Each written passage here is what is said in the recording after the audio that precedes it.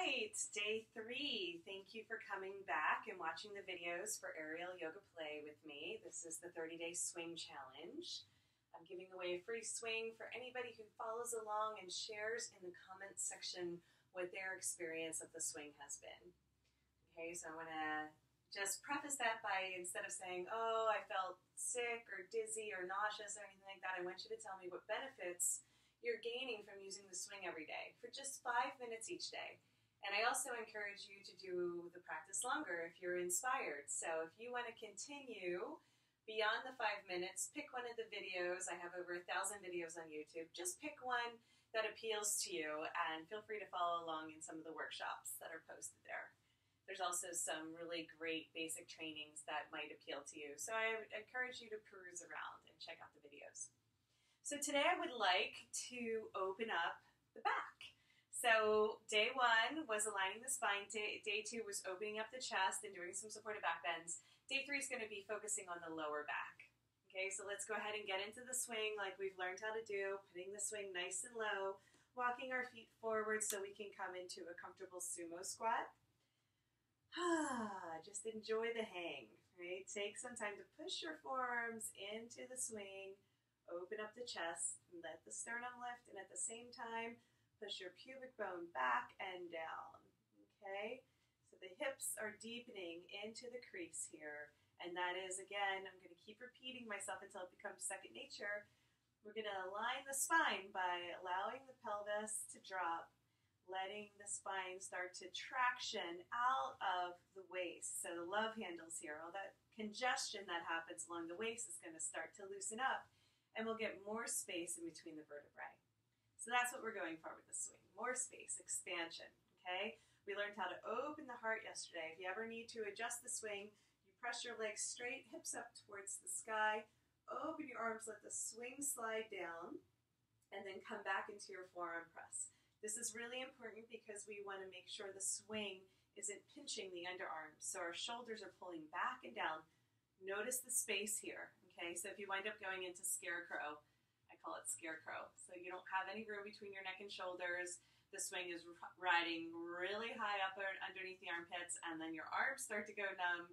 That isn't quite the right spot, okay? Press your legs straight, lift your hips, let the swing slide down so it's behind the heart. So it's right where the bra strap lies. So even if you're a guy, you know where the bra strap is.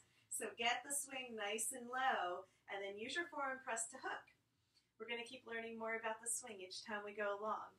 So the hook is where the swing is touching the body, and we always want it to wrap around. That's why it's hooking, and right now it's hooking under the arms, right? So we want as much space, like a little bit of air between the armpit and the swing, so it's not actually touching. It's a very sensitive area. We're not used to hanging by our underarms, so we have to get used to it. And now we really want to drop the hips. So the idea is that the lower back is happy. If your hips are pressing forward, it means your lower back's really tight. Really drop the hips. If you want to be honest, you can pick the feet up entirely. That deep bend in the hip crease is what you keep, and you touch down lightly. That's how you know your hips are hanging all the way without pushing any weight into your feet. Okay, let's try for a Chillaxin pose. So in Chillaxin, we're going to incorporate our leg loops today. Okay, so in our full Chillaxin pose, we learned the Chillaxin arms yesterday. Okay, elbows flaring out wide, fingers clasped together. Today, we are going to use the leg loops. So arms stay wrapped around, so you're hugging the swing. You keep your hook. You get both hands in one leg loop. You're going to have to pull down strongly and get that leg loop underneath the knee. Okay, a little core activation here. We're going to do core a little bit later on in the videos and really start to engage more using it for strengthening. But right now we're just doing some restorative and opening up. So practice getting the leg loops behind the knees. Now if all went well, your leg loops are going to be in a position where your knees are lower than your chest. Okay, which means you have to keep the upper chest lifted, and then instead of pushing your hips up, I want you to drop your hips down. So really deep crease here. So in this position, of course, we're going to add a little swagger. I want you to just try and press one knee down and then the other knee down. I'm going to come into my Chillaxin arms.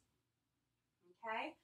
So if you can support, after you kind of get the position with the lower body, support the head. Let the heart blossom towards the sky. Head and gaze are slightly back. Okay, so you're going to look at the video and then drop in. I know it's hard to do both, so just go back and forth. And then this simple swaying motion from side to side is going to start to release the tension that lives in the piriformis, the quadratus lumborum, the QL here, and the SI joint in the sacrum, the lower back. Okay? Simple, easy, rocking back and forth. This is called Chillaxin pose with some swagger. Is going to open that up. So if you want to play a little bit in the space, I encourage you to get a little bit bigger each time. So that means you can just straighten one leg and then straighten the other leg, add a little bit more of a twist and a spin. So just simply by allowing yourself to play in the swing, you're opening up the connective tissue. The connective tissue is the fascia or the sheath that lives over the entire body that is between the skin and the muscles. Now, usually the fascia, which you experience the fascia really kind of getting tight and clumping up when you have a scar, that's what scar tissue is, but that fascia also starts to inhibit the natural function and motion movement of the muscles. So we want to get the fascia open just simply by playing and swaying from side to side. Now, this is a therapeutics practice. I call it aerial yoga play, because I want you to experience and explore in your body in a new way. So we're using yoga translations in order to become familiar with the swing. And then the aerial part is really just being in the air. In the AYRx program, the restorative and the therapeutic version, regenerative therapeutic version of the aerial yoga play is what I'm starting to introduce to you guys here. Okay, so I want you to go ahead and open your arms wide. It's going to be our last pose, and then you're going to exhale and you're going to curl in. Okay, we're going to start to undulate the spine. Drop in and let your head, your forearm, let the forehead rest on the hands. Okay, so round the back here. So this is like a floating child's pose, and then we're going to inhale and blossom. So when you blossom, go ahead and straighten the arms, straighten the legs. This is called star.